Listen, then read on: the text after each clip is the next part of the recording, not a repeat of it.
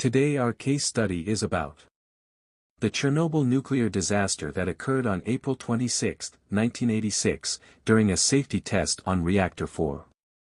The test aimed to determine if the turbines could generate electricity from the already rotating turbine and steam in the event when electricity shut down, which would take 1 to 2 minutes to restart the available generator this experiment was performing that night. For continuous rotation of turbine, water was taken from nearby pond. Before going what happened that night, let's understand the core of reactor. The reactor consists of control rods to absorb neutrons that generates during the nuclear reaction. Moderate rods made of graphite used to increase the reaction whenever we needed to increase the power, and fuel rods are also installed.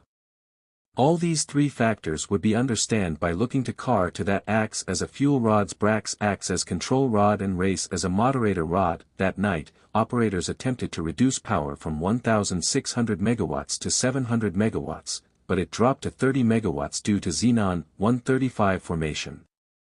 Supervisor Anatoly Dyatlov ordered workers to remove control rods one by one to increase the reaction up to 700 megawatts. Unfortunately, he violated design rules by removing 203 out of 211 rods. By rule, there must be at least 15 rods every time. As the result, positive loop created that burned out the xenon and led to a steam explosion at 1:23 a.m.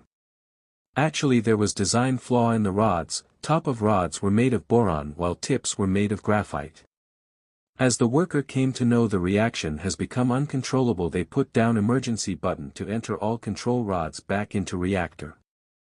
Although it was looking a good strategy, but the tips of rods were made of graphite, the further increased the reaction and reached to 33,000 megawatts power that caused a huge expulsion.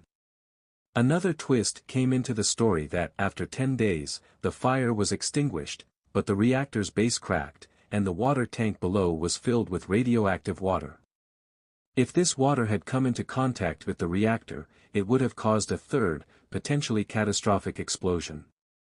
To prevent this, there was only one option: to jump into the water and open wall of tank and drained out all water, but it was a dangerous job because it was expected that the one who jumps into water will die within few days. The heroes of Chernobyl nuclear disaster, Alexei Ananenko, Valery Bezbalov, and Boris Baranov, heroically dove into the highly radioactive water tank, exposing themselves to lethal radiation levels, and opened the wall to drain the water, saving countless lives.